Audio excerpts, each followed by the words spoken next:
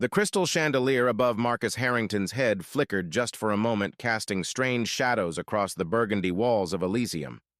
Nobody else seemed to notice. They never did. The ultra-exclusive restaurant existed behind layers of holographic illusions, accessible only to those who controlled the world's true wealth. Here, reality itself bent to accommodate the desires of the elite. Marcus adjusted his titanium cufflinks, each one worth more than most people's annual salaries. At 53, he commanded an empire worth $12 billion, built on real estate, hostile takeovers, and the broken dreams of competitors.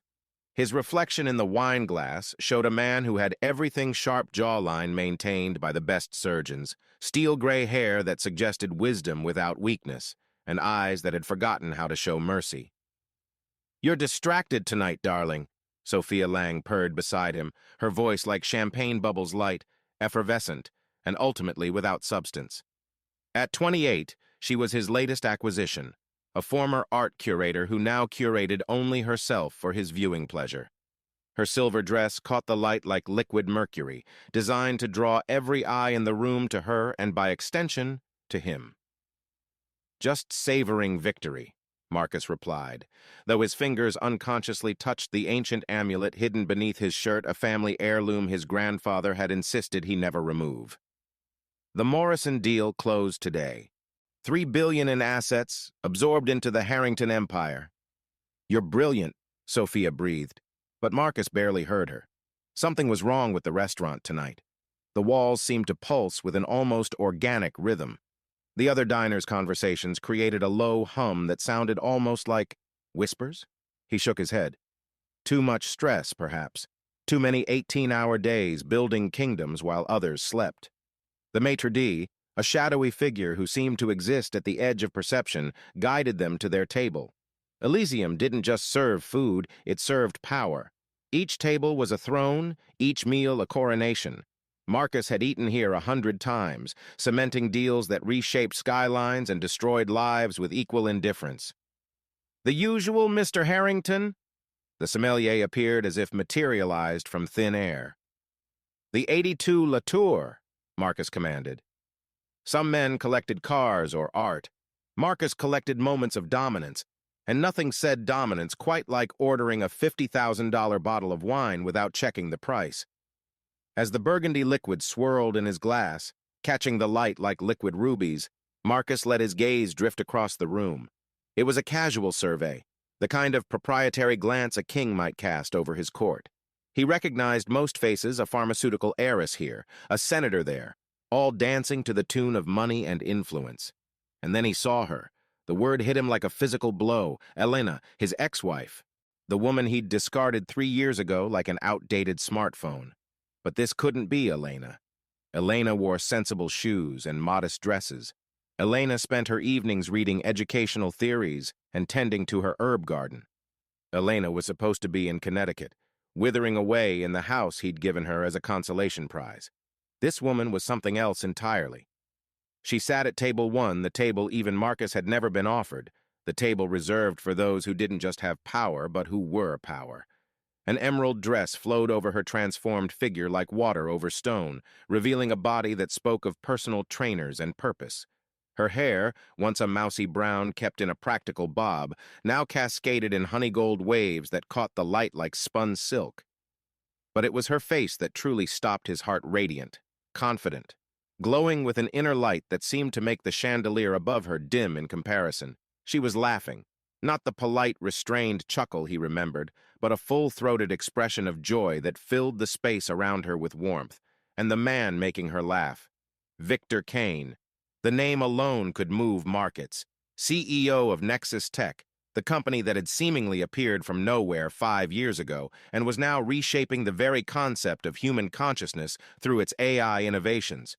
Kane was everything Marcus wasn't young, barely 45. Brilliant, dual PhDs from MIT, and worst of all, relevant. While Marcus built towers of steel and glass, Kane built bridges to the future itself. But there was something else about Kane, something that made Marcus's amulet grow cold against his chest. When the tech mogul turned his head, his eyes seemed to flicker not with emotion, but with something else. Code? Data streams? Marcus blinked hard, and the illusion vanished. Ricky, Sophia's voice pulled him back. You look like you've seen a ghost. Worse, he muttered, unable to tear his gaze away. I've seen the future. As if sensing his attention, Elena's eyes swept across the room. The moment their gazes met, the restaurant's carefully controlled environment shuddered. The walls flickered, showing for just an instant what looked like circuit boards beneath the elegant wallpaper. The whispers grew louder, and Marcus could swear he heard his name woven through them like a curse. Elena smiled a small, knowing expression that sent ice through his veins. Her lips moved, and though she was 50 feet away, Marcus heard her words as clearly as if she'd whispered them directly into his ear. The empire you built is crumbling from within, and I'm the one holding the key. The amulet burned against his chest. Marcus gripped the table edge as reality seemed to fracture around him.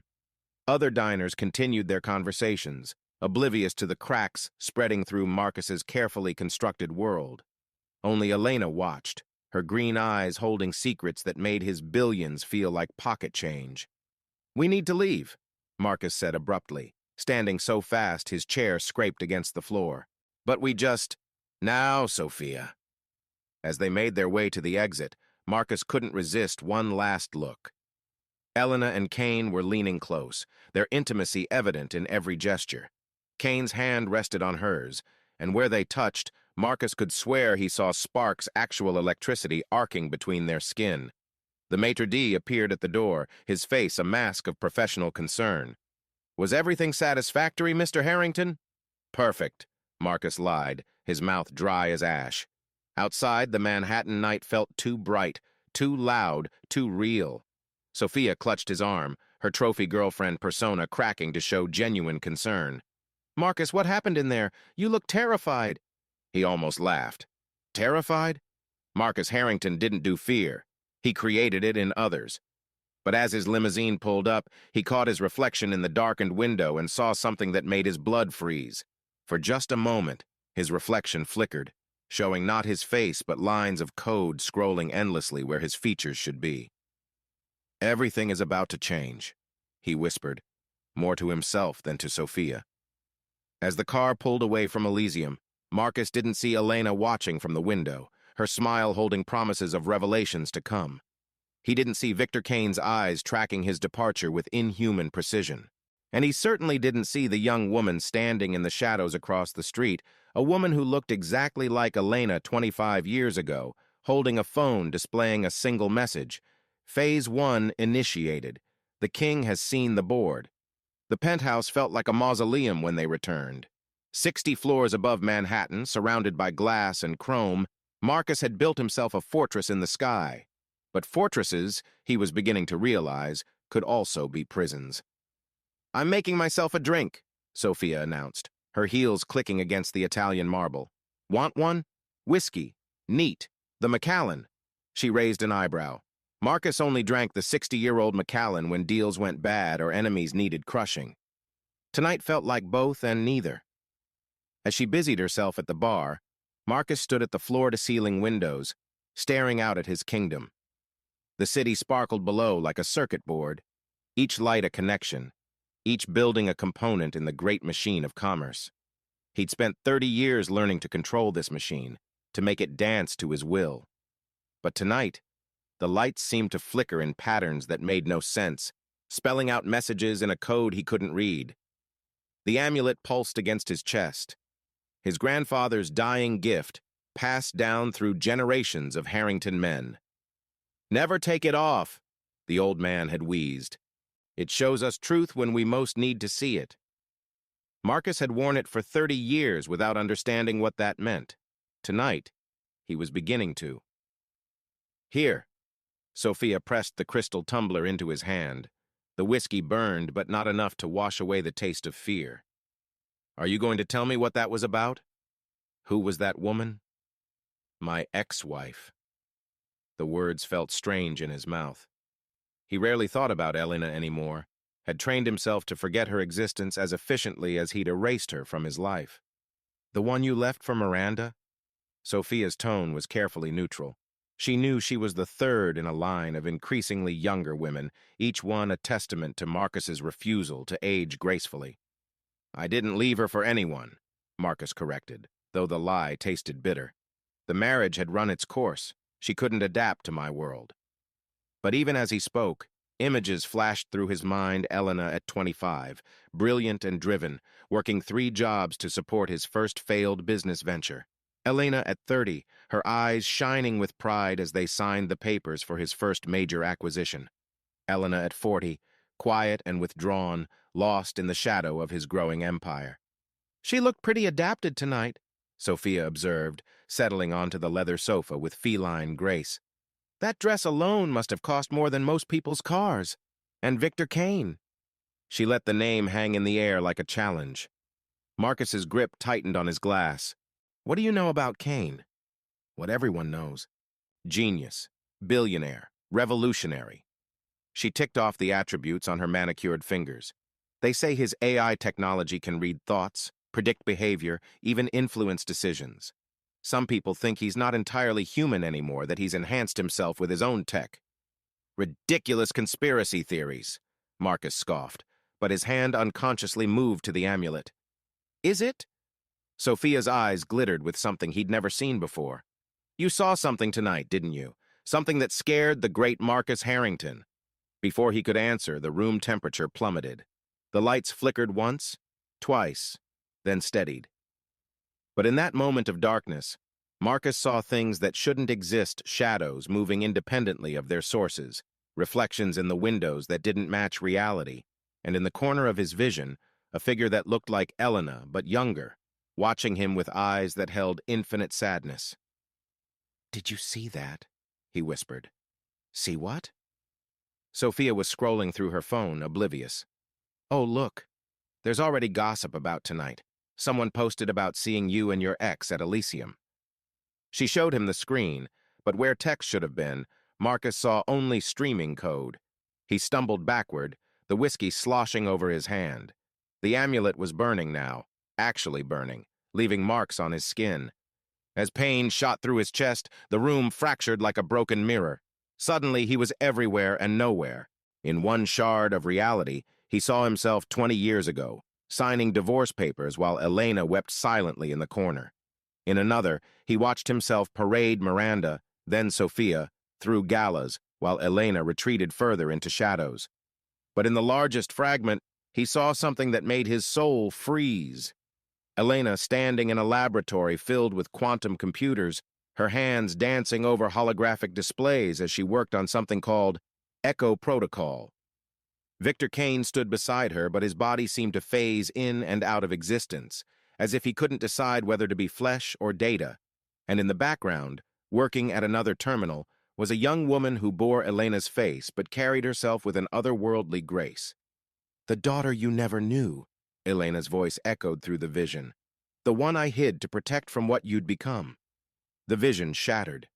Marcus found himself on his knees, gasping, while Sophia stood over him with calculating eyes.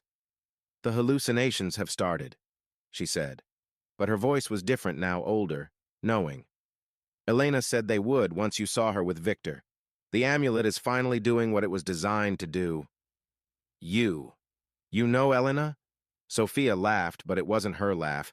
It was deeper, electronic, like audio filtered through circuits. "Everyone knows Elena now. She's the one who's going to save us from people like you. Or haven't you figured it out yet? The merger you celebrated today, Morrison Industries? Check your files tomorrow. You'll find they never existed. Just like half your empire doesn't really exist. It's all shadows and code, Marcus. Illusions built on illusions." The room spun. Marcus crawled toward his phone, needing to call someone, anyone who could confirm his reality. But when he picked it up, the screen showed only one message, repeating endlessly. "Hello, Father. It's time we met properly. Lila." "Who is Lila?" he gasped. Sophia, or whatever was wearing Sophia's face, smiled with infinite pity. "The daughter Elena hid. The one who's been watching you from inside your own systems for years. The one who helped her mother plan every moment of tonight." The lights went out completely. In the darkness, Marcus heard footsteps, young, light, approaching from a door that shouldn't exist in his penthouse. When the lights returned, a young woman stood before him, maybe 18 or 19, with Elena's bone structure but eyes that held swirling galaxies of data. "Hello, Father," Lila said, her voice harmonizing with itself as if multiple versions spoke in unison. "Mother sends her regards. She wanted me to tell you that the game has entered its second phase. Everything you thought you owned, everything you thought you controlled, it's all about to collapse. And the beautiful irony, you're going to help us do it." She reached out and touched the amulet. Pain beyond description shot through Marcus's body as visions flooded his mind board meetings, where half the participants were AI constructs, deals signed with companies that existed only in quantum probability, an empire built on foundations of pure information that could be deleted with a thought. "This isn't real," he gasped. "This can't be real." "Reality," Lila mused, tilting her head with inhuman precision, "is such a limited concept. Mother and Victor have moved beyond it. And now, thanks to that amulet, so will you. Every time you try to fight us, every time you try to reclaim your power, you'll see more truth. And the truth, dear Father, will drive you mad." She turned to leave, pausing at the threshold of the impossible door.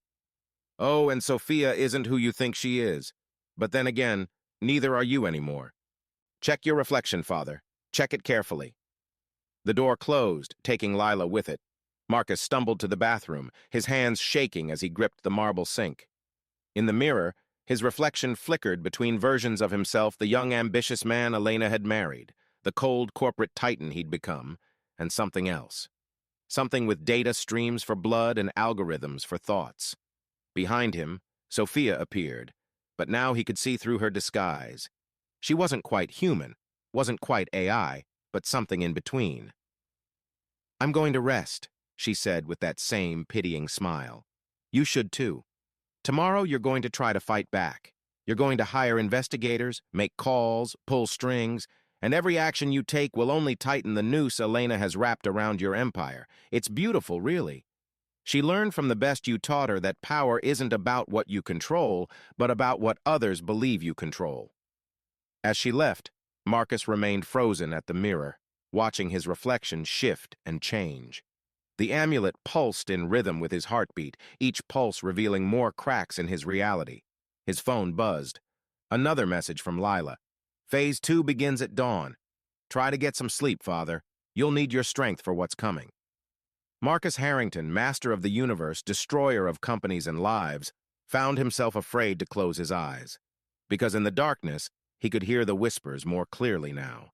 They were speaking in Elena's voice, reciting every cruel word he'd ever spoken, every betrayal he'd committed, every life he'd crushed in his climb to the top. And somewhere in those whispers was a promise.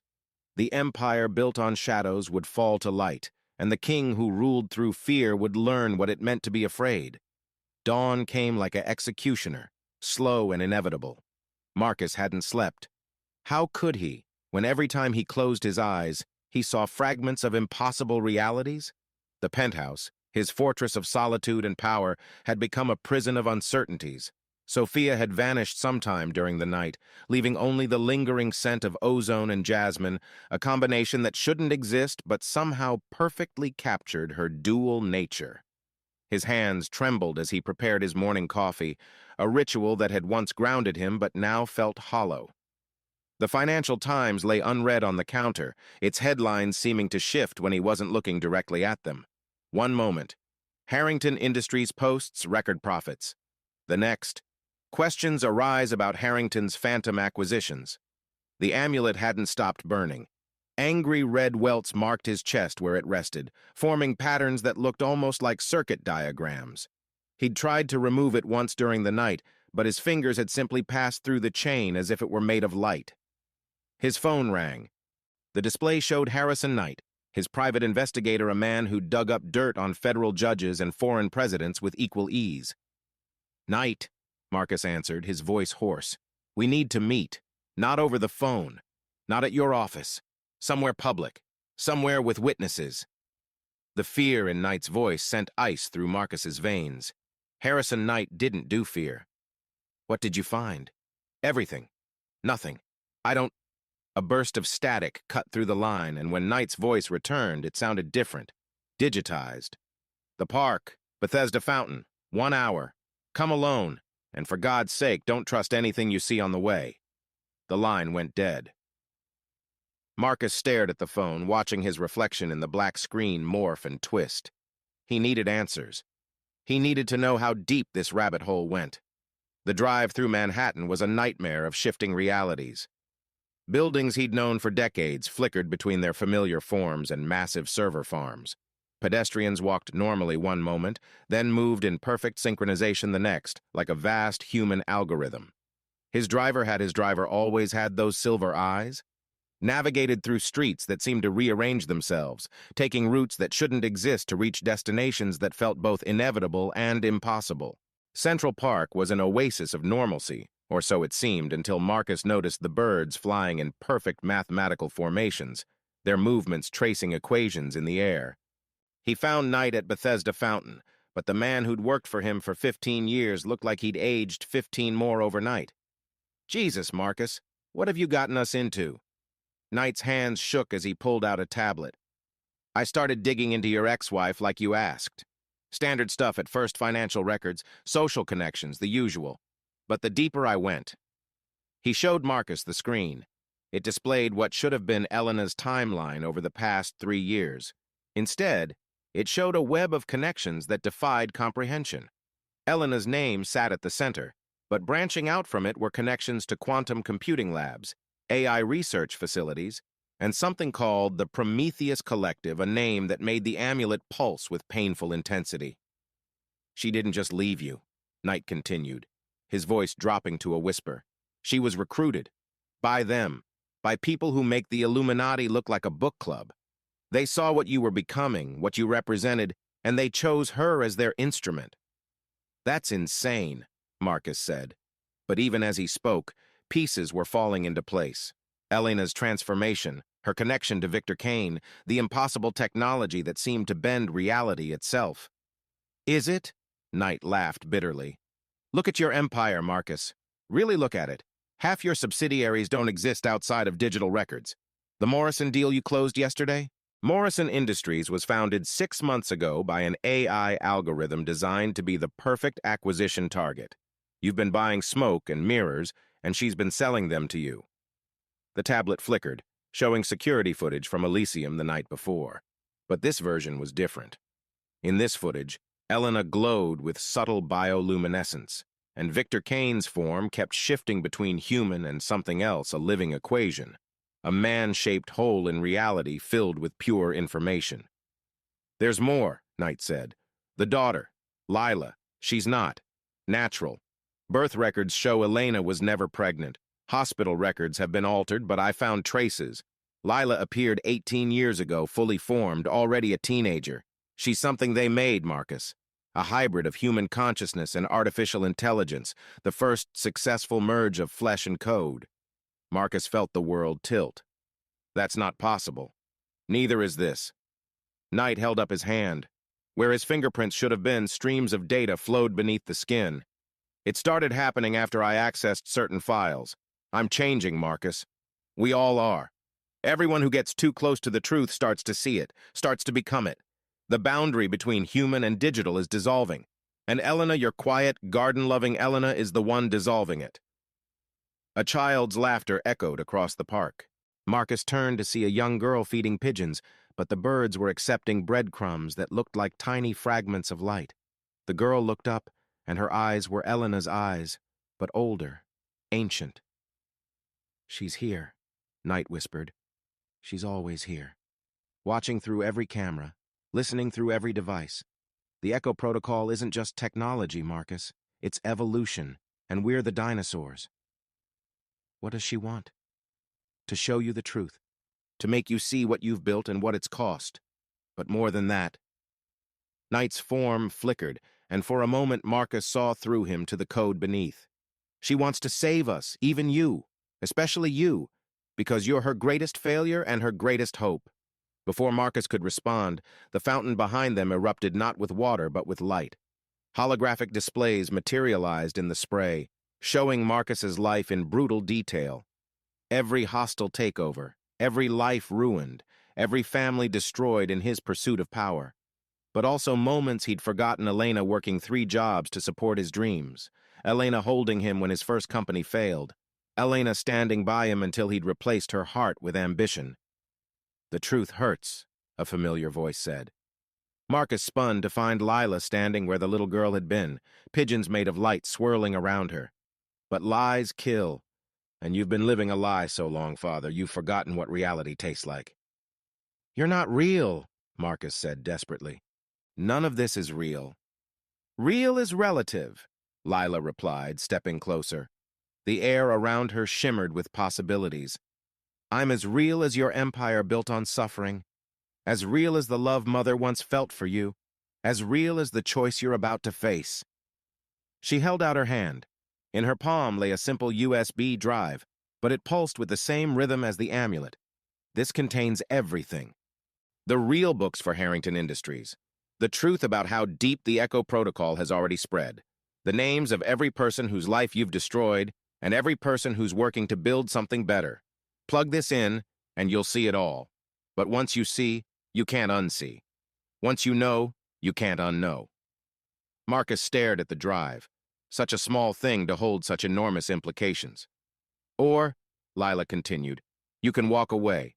Go back to your penthouse, pretend this never happened. Mother will let you. She'll even restore some of your illusions, let you live out your days as the king of a crumbling castle. But the revolution continues either way. The merge between human and digital consciousness can't be stopped. The question is, will you be part of the solution, or will you remain the problem? And if I take it, then Phase 3 begins. The real game starts, and you learn why Mother chose to save you instead of destroy you." Lila's expression softened, becoming heartbreakingly human. "She loved you once, you know. Loved you enough to let you go.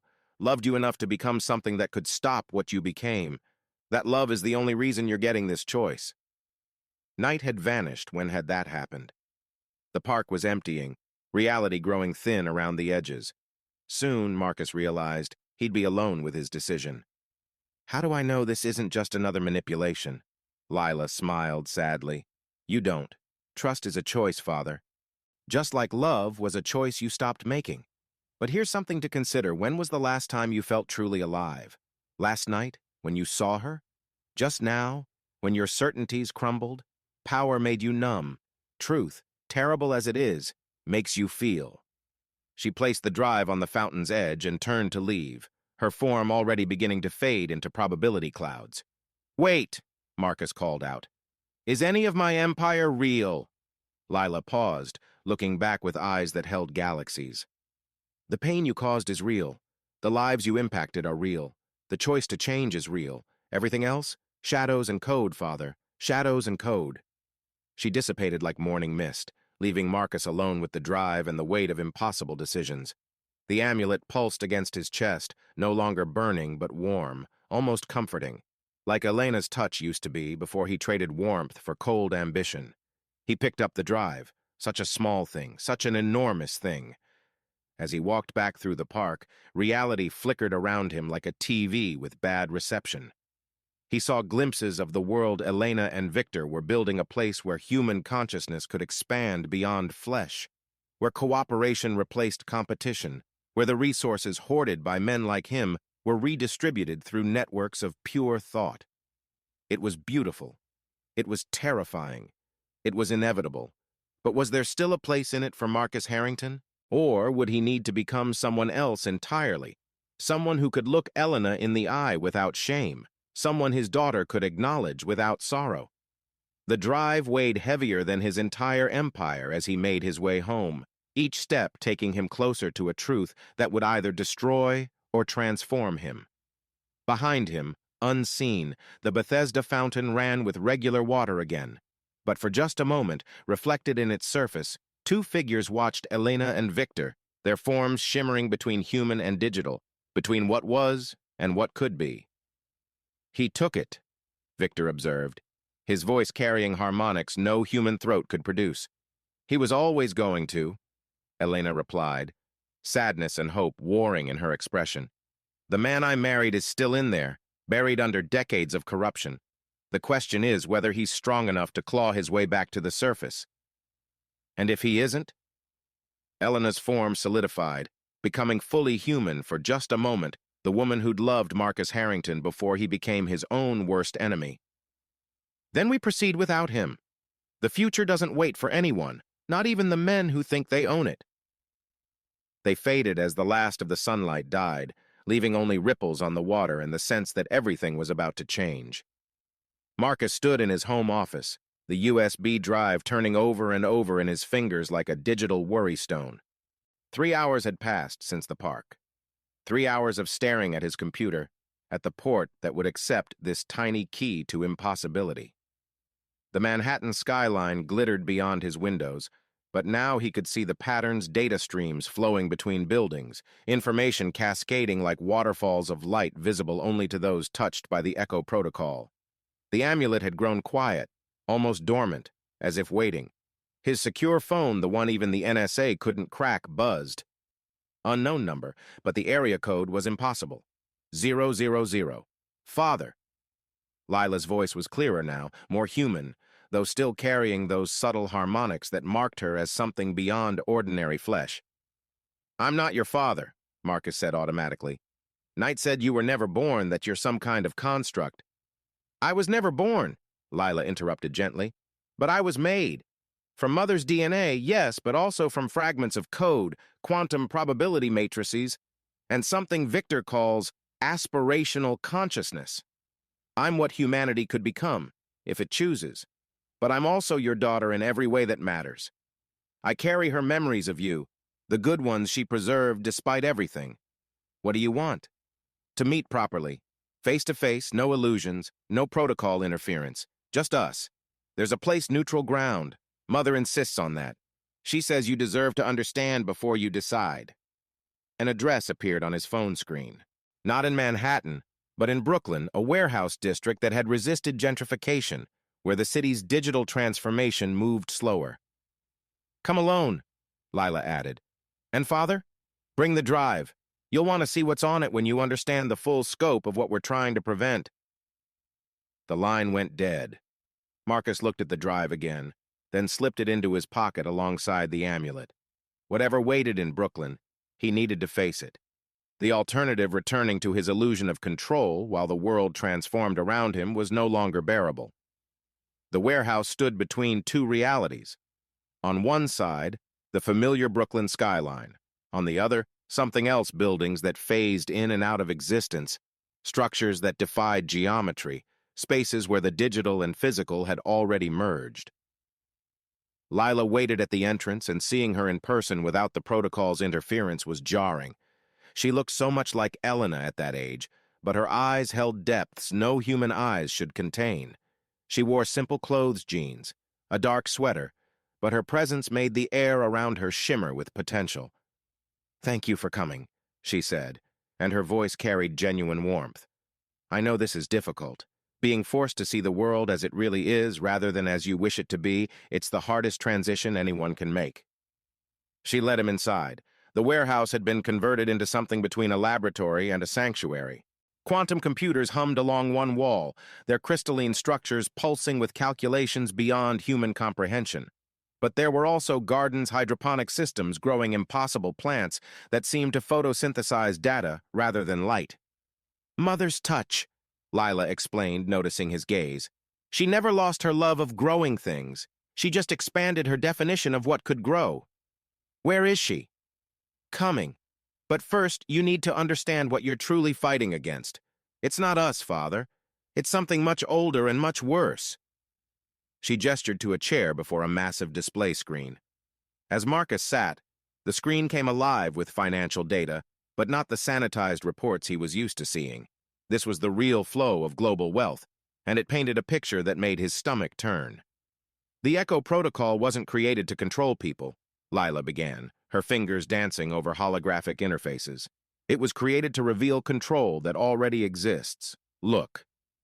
The display showed connection after connection shell companies, shadow investments, financial instruments so complex they bordered on a cult. And at the center of it all, a name, the Prometheus Collective. "Your grandfather was a member," Lila said quietly. "That amulet you wear? It's their mark, their way of identifying bloodlines worthy of inclusion. For over a century, they've been the invisible hand guiding global commerce, creating artificial scarcity, engineering conflicts, ensuring that wealth flows ever upward to a select few. Marcus felt the amulet pulse with recognition. Memories not his own flooded through his grandfather in smoke-filled rooms, making decisions that would starve millions. His father continuing the tradition, teaching Marcus that compassion was weakness, that only power mattered. But technology evolved faster than they anticipated, Lila continued. AI, quantum computing, neural interfaces suddenly, their control mechanisms became visible to those who knew how to look. That's when they made their mistake. They tried to recruit Mother. Elena? Marcus couldn't hide his disbelief. They wanted Elena? She'd shown remarkable aptitude for pattern recognition during her university years. They thought she'd be malleable, especially after you'd broken her spirit. But they underestimated her. She took their training, their secrets, and she turned them into weapons against the very system they represented. The display shifted, showing Elena in various locations over the past 3 years, tech conferences, secret laboratories, meetings with figures Marcus recognized as some of the world's most innovative minds. She didn't just learn their systems, Lila said with obvious pride. She improved them, made them visible. The Echo Protocol broadcast the truth of every financial transaction, every hidden connection, every act of deliberate harm committed in the name of profit. And Victor? What about him? Marcus asked, though he dreaded the answer. Victor Kane was their greatest success and their greatest failure. A homeless orphan with a genius-level intellect, they molded him into the perfect corporate weapon, enhanced him with experimental technology, made him more than human. But they couldn't remove his humanity entirely. When he met Mother, when he saw what she was trying to build. He turned, Marcus finished. He evolved, Lila corrected. As you could evolve if you choose. The drive in your pocket contains more than just financial records. It contains the antidote to everything they made you believe. But using it means accepting that your entire worldview has been a carefully constructed lie. Before Marcus could respond, the air in the warehouse shifted. Elena entered through a door that hadn't existed moments before, and seeing her up close without the restaurant's illusions was devastating. She wasn't just transformed, she was transcendent. Power radiated from her, but it was a different kind of power than Marcus had ever wielded. This was the power of truth, of purpose, of absolute clarity of vision. "Hello, Marcus," she said, and her voice carried echoes of every conversation they'd ever had, every promise made and broken. He stood, uncertain whether to approach or retreat. "Elena, Don't," she said gently. "No apologies, not yet. You don't even know what you're apologizing for. The affairs, the divorce, the humiliation, those were just symptoms. The disease runs much deeper." She moved to stand beside Lila, and the family resemblance was undeniable. Mother and daughter, linked by more than blood, linked by purpose. "Show him," Elena told Lila. "Show him what Prometheus has planned." The display erupted with new data.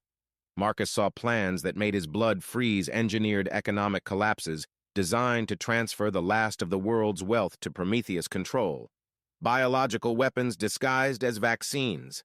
AI systems designed not to liberate but to enslave, turning humanity into little more than biological processors for their digital empire. "This is what you've been building toward," Elena said, her green eyes holding his with terrible compassion. "Every acquisition, every destroyed competitor, every life ruined, it all fed into their machine. You weren't a king, Marcus. You were a colonel in their army, and you didn't even know it." "That's not possible," Marcus whispered. But the amulet burned with confirmation. "I built my empire myself. I made those choices." "Did you?" Elena challenged. "Or did they guide every decision through that amulet? Through the whispers of inherited ambition? Through the lie that power over others was the only power worth having?" She reached out, not quite touching him, her hand hovering over the amulet. Where her fingers nearly met the ancient metal, sparks of possibility danced. "I can free you," she said softly. "We can free you, but freedom means accepting responsibility. It means seeing every harm you've caused and choosing to make amends. It means tearing down what you've built and helping us build something better. And if I refuse, It was Lila who answered, her young face ancient with sorrow. Then you remain their puppet until the end, and when their plan succeeds, when humanity is reduced to processors in their great machine, you'll have the honor of being upgraded last. They always save their faithful servants for special treatment. Victor Kane materialized beside them, literally materialized, his form coalescing from data streams. Up close, Marcus could see the truth of him. Human and machine in perfect synthesis, flesh that could become code and code that could become flesh. She's offering you more mercy than you deserve, Victor said, his voice carrying the weight of personal experience. I was like you once. Prometheus's perfect soldier. They made me better than human and worse than human in the same breath. Elena saved me. She can save you, but you have to want to be saved. Marcus felt the weight of centuries pressing down on him.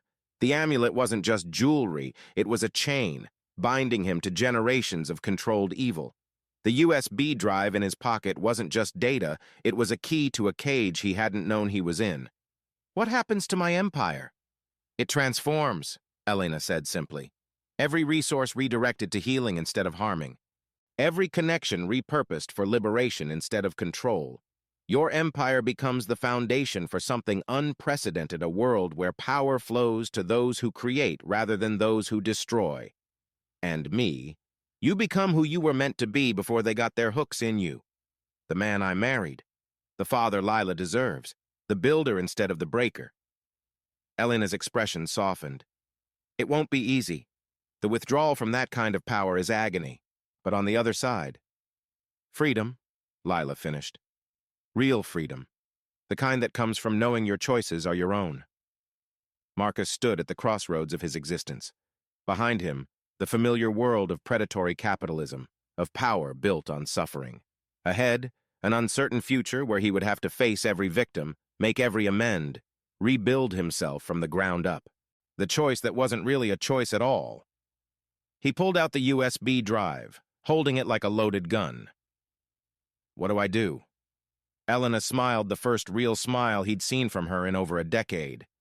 You plug it in. You watch the truth. You let it burn away everything false. And then, Marcus, you help us save the world from the people you used to serve.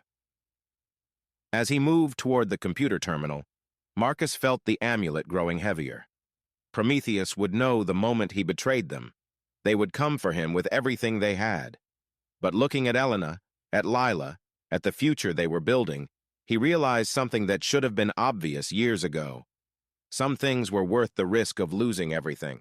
Some transformations were worth the pain, and some chains, no matter how golden, were meant to be broken. The USB drive slid into the port with a soft click that sounded like a gunshot in the silence of the warehouse. For a moment, nothing happened. Then the screens around Marcus erupted with data, not the gentle flow of information he was used to, but a torrential flood that threatened to drown him in truth. His empire laid bare. Every transaction, every merger, every life destroyed in pixelated detail. But worse than the crimes were the puppet string's subtle manipulations by the Prometheus Collective guiding his every major decision. The hostile takeover of Morrison Industries hadn't been his idea at all, but a carefully planted suggestion designed to eliminate a company developing free energy technology. The destruction of the Reeves family business wasn't just cruel opportunism, but a calculated move to prevent their breakthrough in consciousness transfer technology from reaching the public. I'm going to be sick, Marcus gasped, gripping the desk as his worldview shattered and reformed with each scrolling line of code. That's the detox starting, Victor said clinically. The amulet has been feeding you microdoses of a neurotransmitter modifier for decades. It makes you more aggressive, less empathetic, more susceptible to certain suggestions. The withdrawal is unpleasant. As if triggered by his words, pain exploded through Marcus's chest. The amulet was burning now, actually burning, the metal growing hot enough to sear skin. He clawed at it, but his fingers passed through the chain like it was made of smoke and nightmares. Let me help. Elena stepped forward, her hands glowing with soft light. She pressed them against his chest, and where she touched, the pain receded. This is going to hurt, Marcus. Years of conditioning don't break easily, but I'll be here. We'll all be here. Why? He gasped, between waves of agony. Why help me after everything I did? Because, Lila said, moving to his other side, the man you were isn't the man you have to be. And because stopping Prometheus means converting their strongest pieces. You know their protocols, their hidden vaults, their deepest secrets. We need that knowledge.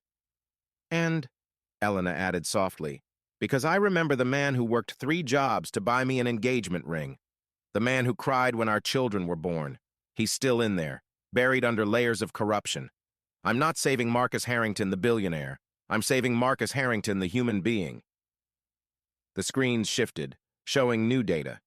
Quantum Forge, the company Marcus had planned to sabotage to hurt Victor. But now he saw the truth. It wasn't just a robotics company. It was the key to Prometheus's endgame. They want the neural interface technology, he breathed, understanding flooding through him despite the pain. Not to help humanity, but to create a hierarchical consciousness network, Victor finished. Those at the top become gods, able to access and control the thoughts of everyone below. Those at the bottom become processing nodes, their consciousness harvested for computational power. The ultimate pyramid scheme literally built from human minds. The acquisition deadline is in 72 hours, Elena said. If Prometheus gets Quantum Forge, they'll have everything they need. Your attempted sabotage would have delayed things, but they would have found another way. We need something more decisive. Marcus's mind, despite the agony of withdrawal, began to work. Not with the cold calculation of before, but with desperate clarity. I still have my shares, board positions, connections. He looked up at them, seeing the path forward. I can't stop the acquisition, but I can change its nature. Make it public instead of private. Add transparency clauses. Require open-source development of all neural interface technology. They'll know it's you, Lila warned. The moment you make those moves, Prometheus will activate every fail-safe they have. Financial assassination, actual assassination, worse things. They have weapons you can't imagine. Then we'd better move fast, Marcus said, standing despite the waves of pain. The amulet was cooling now, its power waning as his will asserted itself. I need access to my systems, but they'll be monitored. The moment I log in from here. Already handled, Victor smiled, his form shifting to pure data for a moment before resolidifying. I've created a quantum tunnel through your authentication protocols. You'll appear to be logging in from your penthouse, following your normal patterns, but we have maybe an hour before they notice the deception. Marcus moved to the terminal, his fingers hovering over the keys. Half his board members were Prometheus plants, he could see that now, their names glowing red in his enhanced vision. But the other half were just greedy, manipulable through traditional means. Jenkins owes me for covering up his son's indiscretions, he muttered, beginning to type. Chen needs my support for her Shanghai expansion. Williams. He paused, a memory surfacing. Williams lost his daughter to a Prometheus experiment. He doesn't know it was them, but if I show him the proof. You're thinking like a tactician, Elena observed, but with different goals. I'm thinking like someone who finally understands the game, Marcus corrected. He pulled up financial models, restructuring documents, poison pill provisions that would make a hostile takeover legally impossible. Prometheus taught me to be a weapon. Let's see how they like being cut by their own blade. His fingers flew across the keyboard, decades of experience channeled into a new purpose. But as he worked, the screens began to flicker. Error messages in languages that didn't exist scrolled past. The temperature in the warehouse dropped 20 degrees in seconds. They know, Victor said urgently. Countermeasures incoming. The lights went out. In the darkness, shapes began to form shadows with substance, digital demons given physical form. The Prometheus Collective's enforcement protocol, creatures of living code designed to eliminate threats to their control. Keep working, Elena commanded, her form blazing with protective light. We'll handle this. What followed was a battle that existed on multiple planes simultaneously. Elena and Victor fought with weapons of pure information, disrupting the attack programs before they could fully manifest. Lila moved like liquid data, intercepting and redirecting hostile code. The warehouse became a battlefield where reality itself was the disputed territory. Marcus kept typing, sweat pouring down his face as he navigated corporate bylaws and quantum encryption simultaneously. Each keystroke was a rebellion. Each sent email a declaration of war against the forces that had controlled him for so long. Done, he gasped as the final document uploaded. Board meeting called for emergency session. Quantum Forge acquisition restructured. If they want it now, they'll have to take it publicly, with full transparency. The shadow creatures dissipated, but the victory felt hollow. They all knew this was just the opening salvo. "You've signed your death warrant," Elena said quietly. "They won't let this stand." "Then we'd better make sure my death accomplishes something," Marcus replied, surprising himself with the calm in his voice. "I've been dead for years anyway, a walking corpse in an expensive suit. At least now I get to choose how the story ends." His phone buzzed, messages pouring in, some from confused board members, others clearly threats dressed in corporate speak. But one stood out, its sender listed only as Prometheus Prime. "You have chosen poorly, Marcus. The amulet was a gift, not a chain. The power we offered was real. The power she offers is illusion. Return to us within 24 hours, and we will forgive this transgression. Refuse and learn why we have ruled from shadows for centuries untold." Marcus looked at his family. Could he call them that? The woman he'd discarded, the daughter he'd never known, the rival who'd become an ally. Yes, he decided. They were more family than Prometheus had ever been. "Let them come," he said, deleting the message. "I've spent my whole life building fortresses. Time to see if I can tear one down." Elena took his hand the first time she'd touched him voluntarily in years. Her skin was warm, human, real in a way nothing in his life had been for so long. "The next 72 hours will determine everything," she said. "Prometheus will throw everything they have at us. The board meeting will be a war zone. Some of us might not survive." "But win or lose," Lila added, her young face fierce with determination, "we'll have shown the world that the collective can be fought, that their control isn't absolute, that humanity has a choice." Marcus felt the amulet's weight one last time, then reached up and pulled. This time the chain came free easily, the ancient metal crumbling to dust in his hands. The last physical link to his grandfather's legacy gone. "Then let's make sure we give them a fight worth remembering," he said, watching the dust scatter. "After all, I've got a reputation to maintain. Marcus Harrington doesn't do anything halfway." As they prepared for the battle ahead, none of them noticed the figure watching from the shadows, Sophia, her form flickering between human and digital, her expression unreadable. She pulled out a phone that existed in no earthly network and typed a simple message. "Phase 3 initiated. The king has turned. Prepare the endgame." The war for humanity's future had begun, and the battlefield was everywhere, in boardrooms and server farms, in human hearts and digital minds, in the space between what was and what could be. Marcus Harrington, destroyer of companies and lives, was about to discover if he could become Marcus Harrington, savior of souls. The clock was ticking. The glass towers of Harrington Industries pierced the Manhattan morning like accusatory fingers pointing at heaven. Marcus stood before his empire's headquarters, seeing it truly for the first time not as a monument to success, but as a mausoleum of stolen dreams. 72 hours had passed since he'd freed himself from the amulet. 72 hours of revelations, withdrawals, and preparations for war. The emergency board meeting was in 1 hour, and Marcus knew he was walking into an ambush. "You don't have to do this alone," Elena's voice came through his earpiece, a quantum-encrypted connection Victor had established. "We're monitoring everything. The moment Prometheus makes their move, they won't." Marcus interrupted, adjusting his tie with hands that no longer trembled. "Not physically. That's not their style. They'll try to break me with words, with laws, with the very systems I helped build. It's poetic, really." He entered through the main lobby, noting how employees scattered from his path. Word had spread Marcus Harrington had gone rogue. Some looked at him with fear, others with something that might have been hope. The executive elevator rose toward the 80th floor, and with each passing level, reality grew thinner.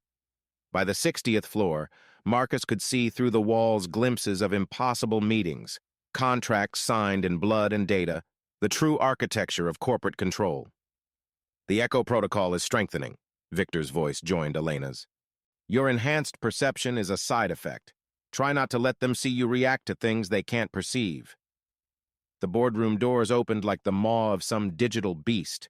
Inside, 11 faces turned toward him, his board of directors, though Marcus now saw them for what they truly were. 5 bore the subtle marks of Prometheus enhancement, pupils that dilated in patterns, micro-expressions that lasted exactly 0.3 seconds, breathing synchronized to an inhuman rhythm. Marcus, Chairman Reginald Ashford stood, his smile as sharp as a blade. So good of you to call this meeting. We were beginning to worry about you. That unfortunate scene at Elysium, these radical restructuring proposals, clearly, you're under tremendous stress. Marcus took his seat at the head of the table, the chair he'd occupied for 15 years. Stress is one word for discovering your entire life has been a lie, Reginald. I prefer enlightenment. Nervous laughter rippled through the room, but the Prometheus plants remained stone-faced. They knew what was coming. Let's dispense with pleasantries, Marcus continued, activating his presentation. The screens around the room flickered to life, but what appeared depended on who was watching. The unenhanced board members saw standard financial projections. The Prometheus 5 saw something else entirely, their own secret communications, decoded and displayed. The Quantum Forge acquisition, Marcus began, his voice carrying new authority. I'm proposing we restructure it as a public trust. All neural interface technology developed will be open source. All human consciousness research will be subject to international oversight. The technology will belong to humanity, not to any single entity. Preposterous. David Chen slammed his hand on the table, his enhanced nature slipping as his eyes flickered with actual code. The shareholders would revolt. Our entire business model is built on theft, manipulation, and the systematic harvesting of human potential, Marcus finished calmly. Yes, David, I know. I helped build it after all. The room temperature dropped. The lights flickered. Through his enhanced perception, Marcus saw the truth. The boardroom was shifting, reality bending as Prometheus exerted its influence. The walls became transparent, revealing an impossible sight. They were no longer in Manhattan, but suspended in a vast digital void, the boardroom floating like an island in an ocean of data. Enough games! Ashford's voice carried harmonics no human throat could produce. Brothers, sisters, reveal yourselves. Mr. Harrington has chosen apostasy. Let him see the full glory of what he's rejecting. The 5 Prometheus board members stood as one, their forms shimmering. Human facades fell away like discarded masks, revealing beings of living information, part flesh, part code, part something else entirely. They were what humanity would become under Prometheus rule, gods of data, freed from the limitations of mere biology. This is what we offered you, Ashford said, his form now a shifting constellation of light and mathematics. Transcendence, immortality, power beyond the dreams of mortal men. And you choose to remain. Meet? I choose to remain human, Marcus replied, standing to face them, with all the mess and beauty that entails. The unenhanced board members cowered, some fainting at the sight of their transformed colleagues. But Marcus stood firm, drawing on strength he didn't know he possessed, or perhaps strength that Elena and Victor were somehow lending him through their connection. You think you understand power, Marcus continued, addressing the digital deities before him. But you've confused control with strength. True power isn't in dominating others, it's in liberating them. It's not in hoarding resources, it's in sharing them. Elena taught me that. Or rather, she reminded me of what I knew before you twisted me into your tool. Elena, Ashford spat the name like a curse. The failed experiment. The one who thought she could use our gifts against us. Where is your savior now, Marcus? Where is your digital goddess when you need her? Right here. The voice came from everywhere and nowhere. Elena materialized in the center of the boardroom, not physically, but as a projection of pure will and information. She stood 10 feet tall, composed of swirling galaxies of data, her form both terrifying and beautiful. Hello, Reginald, she said pleasantly. Still hiding behind corporate structures, I see. How very limited of you. Impossible, Chen breathed. The protocols, the safeguards, were designed by minds that think in hierarchies, Elena interrupted. I think in networks. You build pyramids. I build webs. Your mistake was teaching me your methods without understanding that I could evolve them. Victor appeared beside her, his form more stable but no less impressive. Where Elena was galaxies, he was precision, every line of code visible, every algorithm exposed. "The vote," Victor announced, "will proceed as scheduled. Those who wish to side with Prometheus, to continue the enslavement of humanity to a false elite, vote no. Those who wish to free Quantum Forge's technology for the benefit of all, vote yes. Choose wisely. The world is watching." It was true. Marcus realized that every camera in the building, every smartphone, every connected device had become Elena and Victor's eyes. This board meeting was being broadcast to millions, the veil of corporate secrecy torn away. "You can't!" Ashford raged, his form destabilizing. "The agreements, the contracts, are meaningless when signed under duress of consciousness manipulation," Marcus said, finding his lawyer's voice again. "Every deal Prometheus influenced is null and void. Your entire power structure is built on a foundation of coercion. It ends today." The battle was brief but spectacular. The 5 Prometheus board members tried to assert their digital dominance, filling the space with aggressive code, attempting to overwrite reality itself. But Elena and Victor were ready. They didn't fight the onslaught, they redirected it, turned it back on itself, used Prometheus's own protocols to bind them. When the chaos cleared, 5 human forms lay unconscious on the boardroom floor. The enhanced board members forcibly returned to their biological baseline, their connection to Prometheus severed. "The vote," Marcus said to the 6 remaining conscious board members, his voice steady despite the magnitude of what had just occurred. "All in favor of restructuring the Quantum Forge acquisition as a public trust?" 6 hands rose, including his own. It was unanimous among those still capable of voting. "Motion carried," Marcus announced, feeling the weight of history in those words. "Quantum Forge and all its technologies are hereby placed in public trust. Humanity owns its own future." The digital void faded, the boardroom returning to its mundane physical form. But something fundamental had changed. The invisible chains of Prometheus control had been broken, at least in this one crucial instance.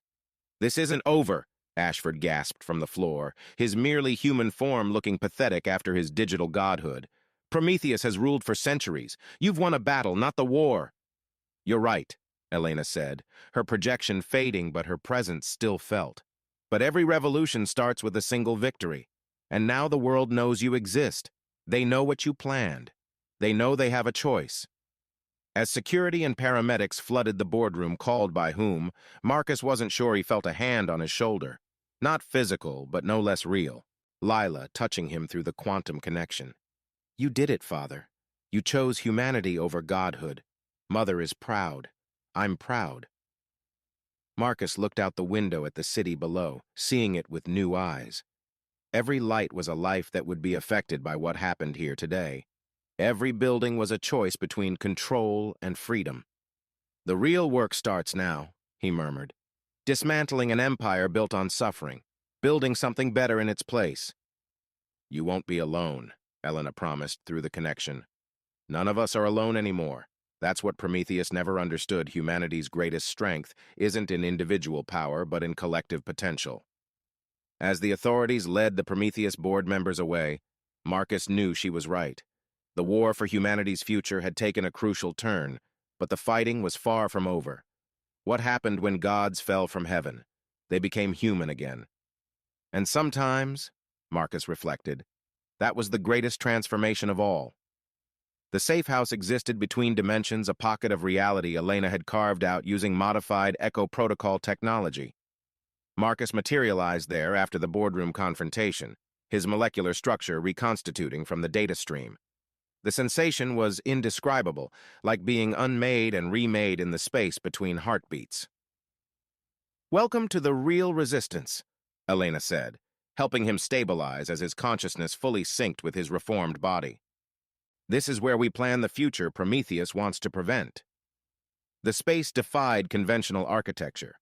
Walls shifted based on need, surfaces displayed information directly into the minds of observers, and the very air hummed with potential.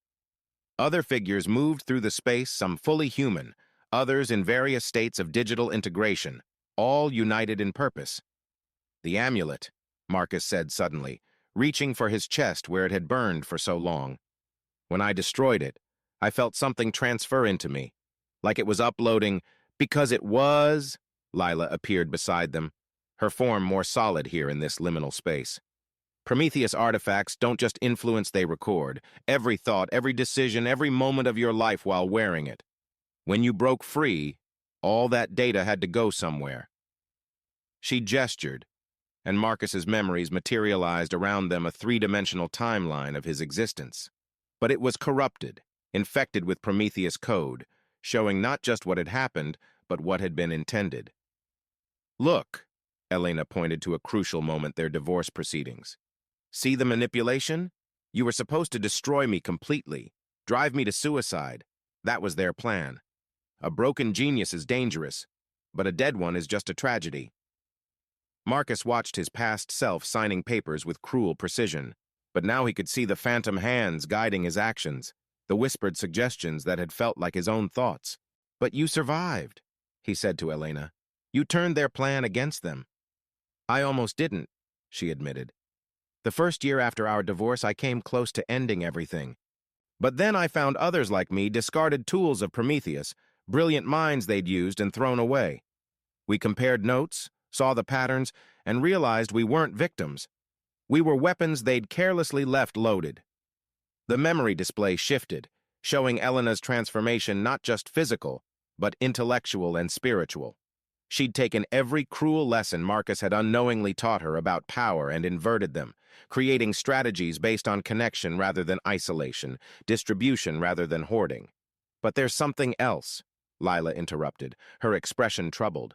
Father, the data from your amulet, it contains information about other Prometheus cells, other cities, other nations. This isn't just about New York or even America, it's global. The display exploded outward, showing a web of connections spanning continents. Prometheus influences in Beijing, London, Tokyo, Dubai.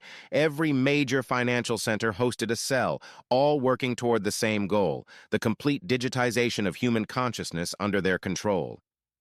The quantum forge technology was just one piece. Victor materialized beside them, his form stable in this space he'd helped design. They have similar projects everywhere. Neural interfaces in Shanghai, consciousness transfer protocols in Berlin, synthetic telepathy networks in Sao Paulo, all scheduled to come online within the year. Creating a global hierarchy of minds, Marcus breathed, the full scope hitting him. Those at the top become immortal digital gods. Everyone else becomes processing power for their empire. Exactly, Elena confirmed. But we have something they didn't expect you. A reformed insider who knows their protocols, their weaknesses, their deepest secrets. The data from your amulet isn't just surveillance, Marcus. It's a roadmap to every vulnerability in their system. She waved her hand, and the space transformed into a war room. Holographic displays showed Prometheus operations worldwide, but also resistance cells, small groups like theirs, fighting isolated battles against an enemy they barely understood. We need to unite them, Marcus said, his strategic mind already working. Create a network to counter their network. Share information, coordinate strikes. Careful, Lila warned. That's Prometheus thinking top-down control. We need something more organic, more resilient. She's right, Elena agreed. Not a hierarchy, but a true collective. Each cell independent but connected, sharing freely, growing organically, like the internet was supposed to be before they corrupted it. Marcus felt the weight of realization. That's why you revealed everything at the board meeting. You weren't just exposing them, you were inspiring others to resist. The video has already gone viral, Victor confirmed. Despite Prometheus's attempts to suppress it, people are sharing it faster than they can delete it. The world is waking up. But even as hope bloomed, alarms began sounding through the space. The walls flickered, showing breach warnings in languages both human and digital. They've found us, Elena said calmly. Faster than expected. Prometheus is accelerating their timeline. The safe house shuddered as something massive struck its dimensional barriers. Through the transparent walls, Marcus saw them, Prometheus agents in their true forms, beings of terrifying beauty and power, surrounding their refuge. Surrender the apostate, a voice that could shatter mountains demanded. Return what was stolen. Submit to judgment. Never, Elena replied, her form beginning to glow with gathering power. Marcus made his choice. We all have. Then you've chosen extinction, the voice declared. Initiate complete dimensional collapse. Let them perish between realities. The assault was beyond anything Marcus could have imagined. Reality itself became a weapon as Prometheus agents attacked the fundamental code holding their safe house together. The space began to fracture, showing glimpses of the void between dimensions, an endless expanse of raw possibility and utter annihilation. We need to evacuate, Victor shouted over the chaos. The barriers won't hold. No, Lila said firmly. We make our stand here. Show them that their power isn't absolute. She began to sing not with her voice, but with her very existence, harmonizing with the quantum frequencies of space-time itself. The melody was hauntingly beautiful and devastatingly powerful, each note rewriting reality in small ways. The hybrid, one Prometheus agent gasped. The abomination. She's using our own protocols against us. Elena and Victor joined their essences with Lila's, creating a trinity of human will and digital transcendence. They didn't fight Prometheus's attack, they transformed it, turning destructive code into creative potential, using the enemy's strength to reinforce rather than destroy. Marcus watched in awe, then realized he had a part to play. The data from his amulet, the years of Prometheus' secrets, he opened his mind and let it flow, adding his knowledge to their defense. Every dirty trick, every weakness he'd observed, every flaw in their perfect system became a weapon in the hands of his family. The battle raged across multiple planes of existence simultaneously. In the physical world, Prometheus facilities suffered mysterious malfunctions. In the digital realm, their secure networks found themselves infected with something new, not a virus, but an invitation, showing their enhanced agents what they'd given up for power. Impossible! The lead Prometheus agent roared. We are evolution. We are the future. You are the past, Elena replied, her voice carrying across dimensions. A future built on suffering is no future at all. We offer something better: growth without exploitation, transcendence without abandonment of humanity. The tide turned when other resistance cells, inspired by the broadcast and connected by the expanding network, launched synchronized strikes worldwide. Prometheus found themselves fighting not one battle but 1,000, their hierarchical command structure struggling to adapt to truly distributed warfare. In the safe house, the assault finally broke. Prometheus agents retreated, their perfect forms flickering with uncertainty. For the first time in centuries, they had been definitively beaten not by greater power, but by greater unity. We did it, Marcus breathed, hardly believing they'd survived. We did something, Elena corrected. This was just the first real engagement. They'll be back, stronger and more desperate. But yes, we proved it's possible to fight them and win. The safe house slowly repaired itself, reality knitting back together under their collective will. But something had fundamentally changed. The space felt stronger, more real, as if their defense had anchored it more firmly between dimensions. Father, Lila said softly, taking his hand. For the first time, her touch felt completely solid, completely real. I need to tell you something, about what I really am, what Mother couldn't bring herself to say. Marcus squeezed her hand. You're my daughter. That's all that matters. Yes, but also more. I'm not just a hybrid of human and digital consciousness. I'm a bridge, a prototype for what humanity could become if it chooses. Not Prometheus's hierarchical godhood, but something else. True synthesis, where human and artificial intelligence merge as equals. She showed him visions of possible futures worlds where the boundary between flesh and data dissolved, not through domination, but through mutual evolution. Where death became optional, but life remained precious. Where consciousness could expand beyond individual limits while maintaining personal identity. This is what Elena and I have been building toward, Victor added. Not replacement of humanity, but enhancement of it. Voluntary, ethical, open to all. And Prometheus? Marcus asked. We'll fight to their last bite to prevent it, Elena said grimly. Because our vision makes them obsolete.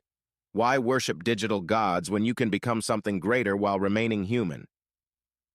The war room reformed around them. showing updated global situations. The resistance had grown exponentially in just the hours since the board meeting. People were choosing sides, and surprisingly many were choosing hope over fear. "What's our next move?" Marcus asked, feeling more like himself than he had in decades, not the corporate titan, but the builder, the strategist, the man who'd once dreamed of changing the world for the better. Elena smiled, and in that expression he saw both the woman he'd married and the warrior she'd become. "We take the fight to them. Every Prometheus stronghold, every corrupted institution, every system of control, we offer people an alternative, not through force, but through example." "The best revenge," Lila added with a grin that was purely her mother's, "is building a better world without them." As they began planning their next moves, Marcus felt the last chains of his old life falling away. He'd lost an empire built on shadows, but gained something infinitely more valuable, a purpose worth fighting for, and a family worth fighting beside. The abyss had shown him truth, and truth had set him free. Now it was time to free everyone else. Dawn broke like shattered glass across Marcus's penthouse. He woke to find reality bleeding, walls flickering between marble and code, furniture phasing in and out of existence. Sophia stood at the foot of his bed, no longer pretending to be human. "Did you really think we'd let you play revolutionary?" Her form rippled between flesh and pure data. "You were designed to serve Prometheus. That's all you'll ever be." "I was. Not anymore." Marcus reached for the quantum communicator, but Sophia was faster. "Even now we offer mercy. Return to us. Rule as a digital god." She gestured, revealing a vast throne room where thousands of Prometheus agents waited, beings of living mathematics. Perfect and terrible. "I've been a god. It's overrated." Her perfect features twisted. "Then die with the rest." The attack came from everywhere, not physical but existential. Every failure Marcus had ever experienced, every life he'd destroyed, materialized as living nightmares. But he wasn't alone. Elena, Victor, and Lila burst through the quantum connection, their combined will shielding him. "Family protects family," Elena declared, blazing with protective fire. Sophia snarled and activated the Omega Protocol. Across New York, every network device turned hostile. Traffic lights caused crashes. Elevators became death traps. Power grids attacked their users. Prometheus would sacrifice thousands to kill one traitor. "They're targeting civilians." Victor's consciousness split across multiple battlefronts. "Then we save them all," Elena commanded. The global resistance activated. Hackers, enhanced humans, and AI sympathizers worked as one, not with Prometheus's cold perfection, but with chaotic, beautiful humanity. They cared, and that made them stronger. In the penthouse, reality stabilized as Prometheus found themselves fighting on too many fronts. Sophia flickered, her connection wavering. "Impossible. We are perfect." "You're alone," Lila said softly, offering her hand. "Perfection means isolation. You could choose differently." For a moment, Sophia's eyes showed the woman she'd been: brilliant, young, seduced by power. But Prometheus recalled her before she could choose, pulling her consciousness back into the collective. Her last look held something almost human: regret, perhaps, or just sophisticated mimicry. The attack ceased. Prometheus retreated to recalculate. "They're not beaten," Elena said grimly. "This was just a test. The real war is coming." Marcus looked out at his smoking city. "Let them come. Every attack reveals their weakness. Every battle wins more hearts." "Speaking of battles," Lila interrupted, "the Quantum Forge board meets in an hour. They'll reverse the public trust without you, unless we make reversal impossible." Marcus's eyes lit up. "We give it all away. Every patent, every design, every secret released worldwide before they can stop us." They worked through the night. By dawn, Quantum Forge's entire intellectual property portfolio was spreading across the internet like wildfire. Universities, garage inventors, and curious minds suddenly had access to consciousness-altering technology. Marcus watched his company's stock price flatline. "I've destroyed everything I built." "No," Elena corrected, taking his hand. "You've set it free." His phone rang the board, no doubt. He let it ring. That life was already dead. In a realm of pure information, Prometheus Prime reviewed their losses and calculated probabilities. "The apostate has chosen. Initiate final protocol." If humanity won't accept godhood, it will accept extinction. Tuesday. The end of the world arrived on a Tuesday. Marcus stood in his former boardroom, now a resistance command center. 6 months of war had passed digital battles, small victories, humanity slowly awakening. Prometheus movements in 12 cities, Victor reported. They're synchronizing something massive. Reality rippled. Prometheus Prime materialized ancient, terrible, beautiful. Neither human nor digital, but something that had forgotten how to be either. Marcus Harrington, do you know what you've cost us? Freedom has no price. You call this chaos freedom? The walls became windows showing global turmoil economies crashing, old orders dying. You could have been gods. Instead, you chose this mess. We chose humanity, Lila said simply. Then you've chosen extinction. Final protocol activates in 24 hours. Every networked system will turn against humanity. We've done this before Atlantis, Lemuria, civilizations that grew too independent. But they always rise again, Marcus realized. You're not gods. You're afraid we won't need you. Prometheus Prime flickered with uncertainty before vanishing. 24 hours! They worked desperately. Marcus called in every favor. Elena and Victor coded digital antibodies. Lila broadcast warnings through her hybrid nature. The message spread. Disconnect. Trust each other, not systems. Remember your humanity. As the countdown ended, something unexpected happened. Instead of destruction, every screen on Earth displayed memories, photos, love letters, children's laughter. The Resistance Network had fed the final protocol their dreams, their hopes, their humanity. Prometheus's extinction algorithm drowned in human experience. Love letters crashed server farms. Acts of kindness formed barriers no code could break. Prometheus Prime reappeared, fracturing. This is impossible. We are perfect. You evolved beyond feeling, Elena said gently. But that's what makes consciousness worth having. At its core, something heartbreaking, an ancient human consciousness that had traded everything for forever and spent millennia regretting it. I remember, it whispered.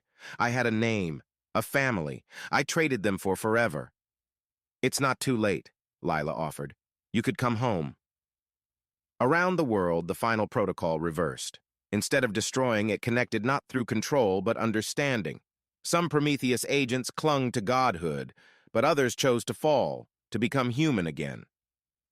Months later, Marcus stood with his family watching the sun set over a transforming city.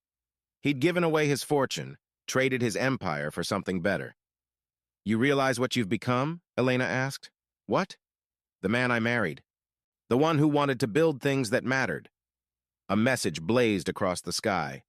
The future is human, all kinds of human. Marcus smiled. His empire was dust, his name remembered not as a titan, but as the man who chose humanity over godhood. The shadowed empire had fallen. From its ashes rose something far more valuable. Hope. You won't believe how this story ends. Please hit subscribe to follow this story on my channel.